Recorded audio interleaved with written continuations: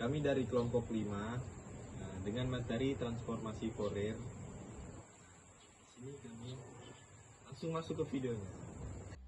Oke teman-teman, setelah dijelaskan oleh Rilip tentang sejarah Fourier sendiri itu, saya akan di sini akan untuk memberikan pemahaman mengenai persamaan integral maju, operasi inversi untuk rekonstruksi isyarat, serta batasan fisis keberadaan isyarat melalui syarat Dirichlet.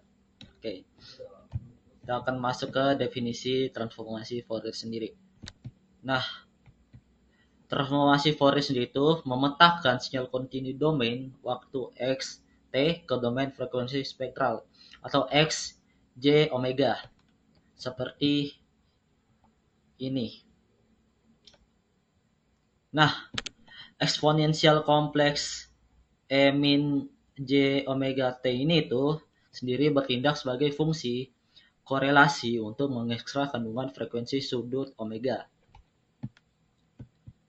Nah, sekarang kita bahas inverse-nya, inverse Fourier transform. Nah, untuk memetakan ini, itu untuk memetakan kembali fungsi spektrum frekuensi X, J, omega sendiri itu menjadi referensi isyarat aslinya ke domain waktu, kita gunakan operasi integral balik.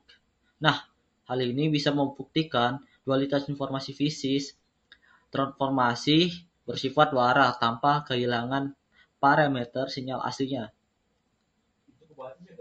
Nah, di sini tuh ada rumus xt sama dengan 1/2 pi integral dari minus tak terhingga sampai tak terhingga x besar J omega pangkat J omega T dan D omega.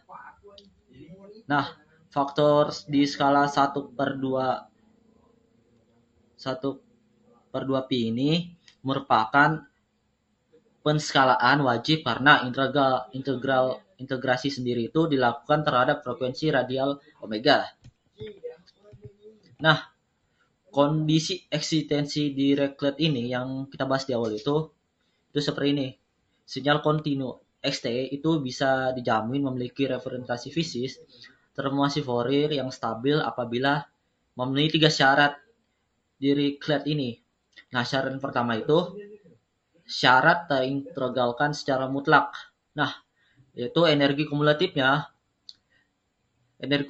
sinyal sepanjang tentang kontinu itu harus bernilai terhingga atau integral dari minus tak hingga sampai tak hingga dari xt terhadap dt kurang dari tak hingga. Terus yang kedua, ada nilai ekstrim terbatas. Nah, sinyal ini hanya boleh memiliki jumlah nilai puncak maksimum dan minimum lokal yang kira-kira berhingga dalam setiap interval waktu tertentu. Nah, diskontinuitas terbatas yang ketiga, yaitu hanya diperkenankan memiliki jumlah lompatan diskontinuitas yang terbatas dengan amplitudo terbatas dalam setiap selang waktu. Nah, sekian pemaparan materi dari saya. Terima kasih.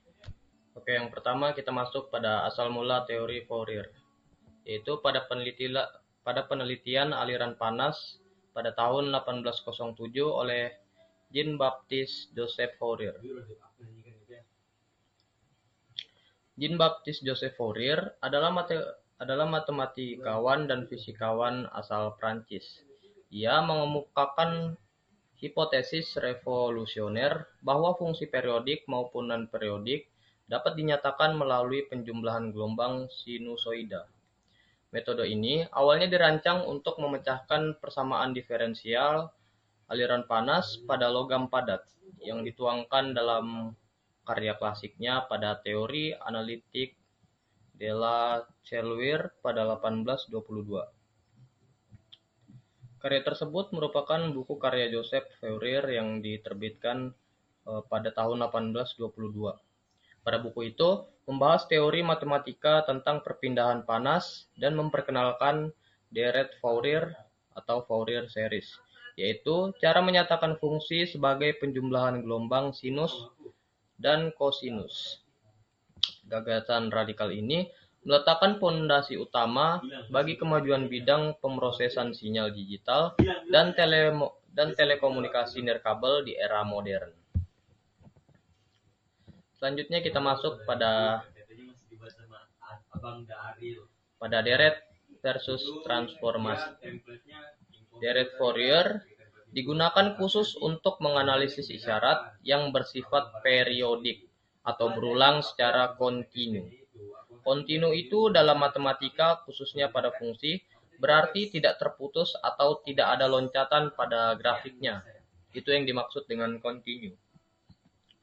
Uraian isyarat menghasilkan spektrum komponen frekuensi yang bersifat diskrit atau spektrum garis pada kelipatan frekuensi fundamental. Lalu ada transformasi Fourier, diformulasikan untuk menangani isyarat non-periodik dengan mengasumsikan periode isyarat mendekati nilai tak hingga.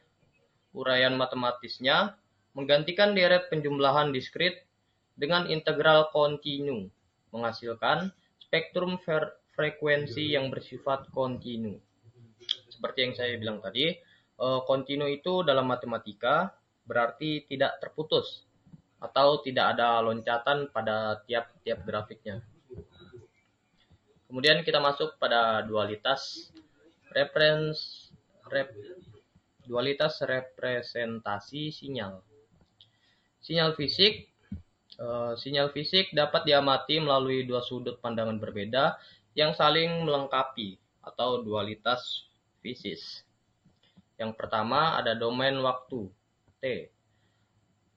Ini merepresentasikan fluktuasi amplitudo sinyal secara langsung terhadap waktu fisis, seperti visualisasi gelombang pada osiloskop. Yang kedua, proses transformasi. Operasi matematis integral yang membedah dan memetakan sinyal kompleks dari domain waktu ke komponen spektral penyusunannya.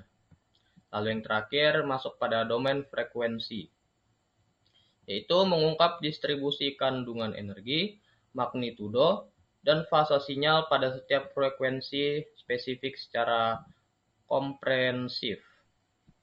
Pada slide selanjutnya akan dilanjutkan oleh teman kelompok saya. Terima kasih. Assalamualaikum warahmatullahi wabarakatuh. Perkenalkan, nama saya Nadif Dafal Rashid. Di sini saya akan menjelaskan dari sifat-sifat matematis dari transformasi Fourier yang merupakan alat fundamental dalam analisis sinyal untuk mengubah sinyal dari domain waktu T ke domain frekuensi omega. Berikut adalah penjelasan ringkas mengenai sifat-sifat tersebut agar lebih mudah dipahami. 1. Sifat operasi dan pergeseran. Linearitas, yaitu penjumlahan sinyal secara linear menghasilkan kombinasi linear spektrum yang identik.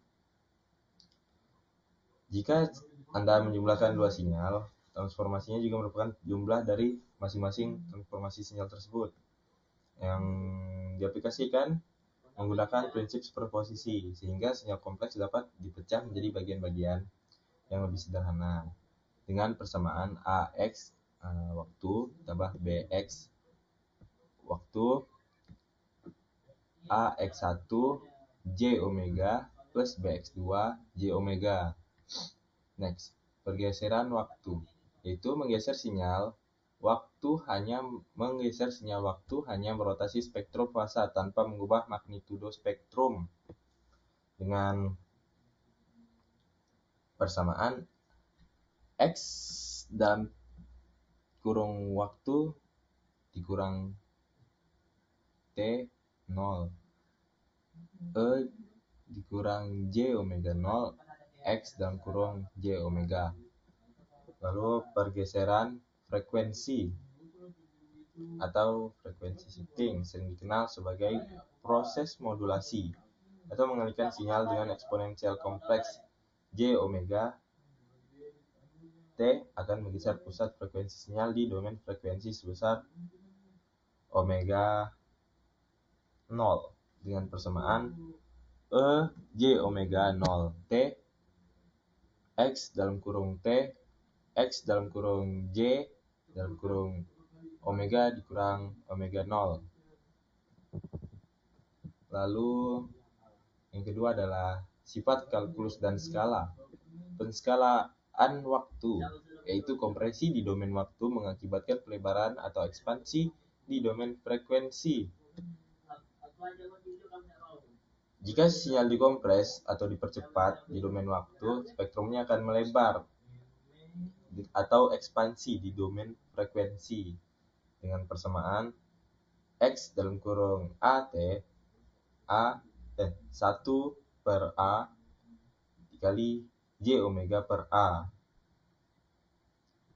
Next, diferensiasi atau turunan isyarat waktu setara dengan perkalian langsung spektrum dengan faktor aljabar J omega.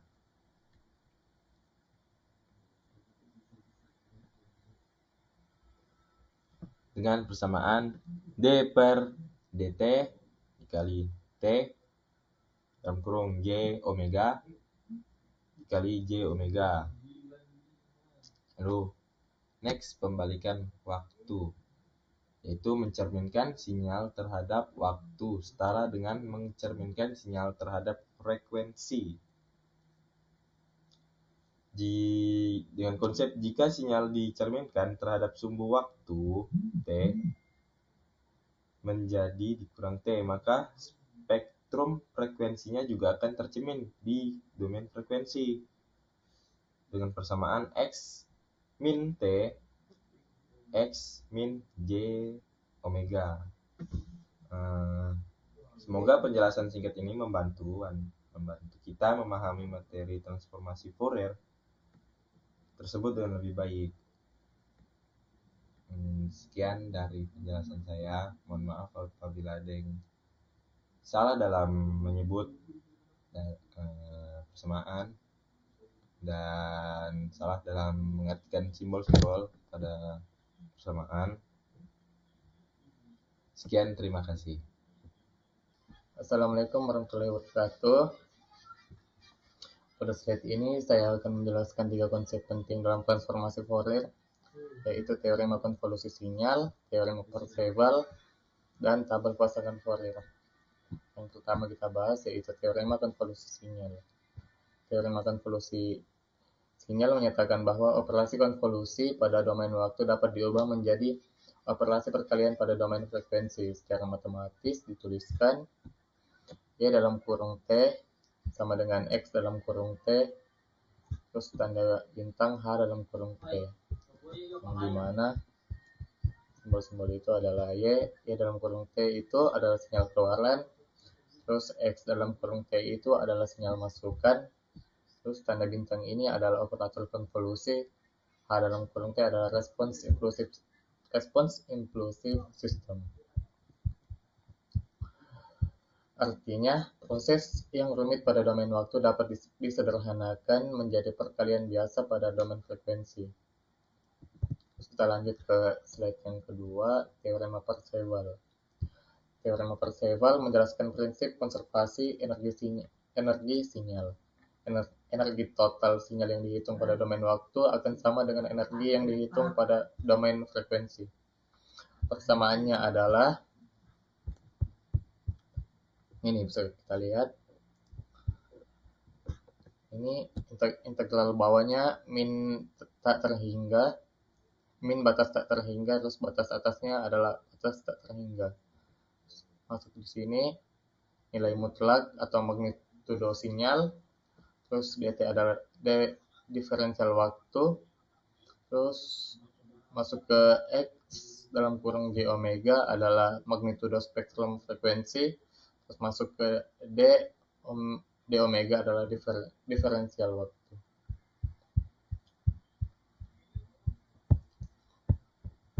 Makna fisiknya adalah transformasi Fourier tidak mengubah energi sinyal, melainkan hanya mengubah cara sinyal dipresentasikan. Teorema ini banyak digunakan dalam analisis daya sinyal, komunikasi digital, dan sistem jaringan nirkabel. Terus masuk ke tabel yang ketiga, tabel pasangan Fourier.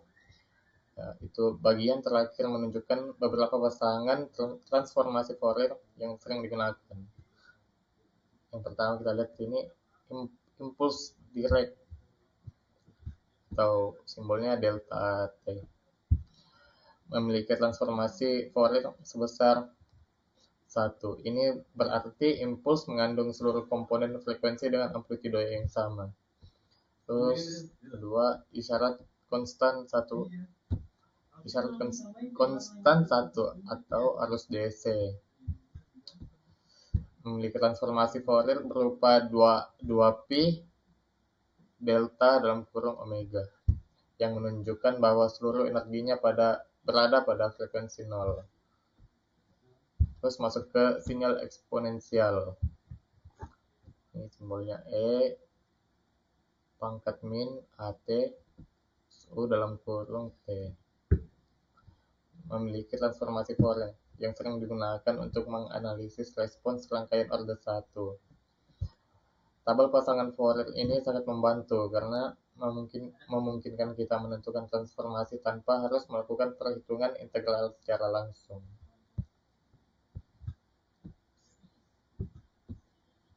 Baik, kesimpulan dari yang kami dapat yaitu transformasi Fourier merupakan instrumen matematis fisis mutlak dalam peradaban digital modern. Perannya melandasi seluruh rekayasa transmisi nirkabel 4G, 5G, format kompresi data, media digital MP3, JPG, hingga teknologi pencitraan medis atau MRI. Terima kasih atas perhatian Anda dan mohon maaf apabila ada salah kata dalam pembuatan video. Mungkin ada yang kurang, kami mohon maaf. Wabillahi taufiq wal hidayah. Assalamualaikum warahmatullahi wabarakatuh.